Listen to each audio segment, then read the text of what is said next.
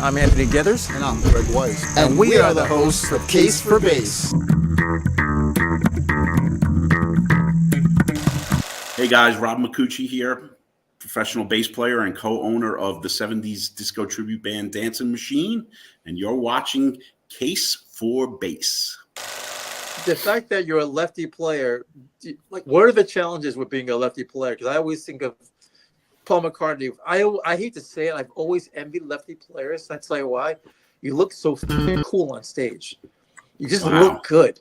It looks so good. Like when you see, like I always would think of John Lennon and Paul McCartney on stage, just the way they'd face each other. Right. And I always thought that was great. That look was always cool, as opposed to the mirror look, the symmetry. I love that. I love it. I wish somebody told me that 35 years ago, because I really had a thing. I had a little chip on my shoulder about, well, I'm lefty and it's harder to get instruments and it's going to look weird, and I just never really saw it as a, it looks so cool. And just Hendrix alone, by flipping it upside down, made it look cooler, even though he wasn't a lefty. But the fact that he took it, turned it upside down. So I would always. Well, he didn't play backwards. That's the latest thing. Isn't just lefty. It's lefty backwards. Yep. So,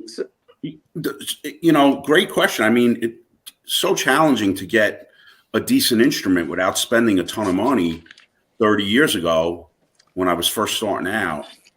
Now there's some companies that are more lefty friendly. And if we get into some of my basses later, I could show you. We will. We will. So, it was a challenge. I mean, my second bass, somehow I convinced my parents to buy me this really nice candy apple red Fender Precision bass. It was like in the early 80s, which I've since had. Hold on a second.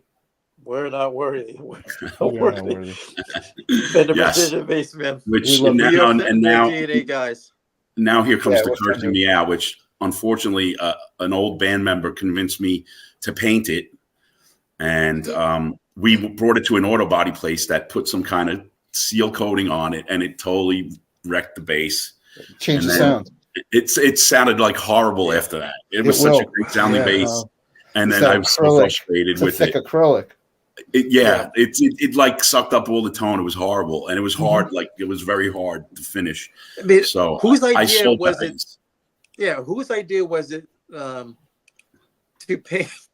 It wasn't mine. Go to a body shop and just say, something, guys, I want you to spray. Make my. I was the stupid one that listened. They've seen that before. It's not the first time a musician went into an auto body shop. So I mean, my buddy recommended it. He was in a band. It was like a metal hair band, a local band, and he was like, "You need all the bass tone going." Candy apple red, why don't you get it painted like Corvette yellow? And I was like, okay, what a mistake. Wow.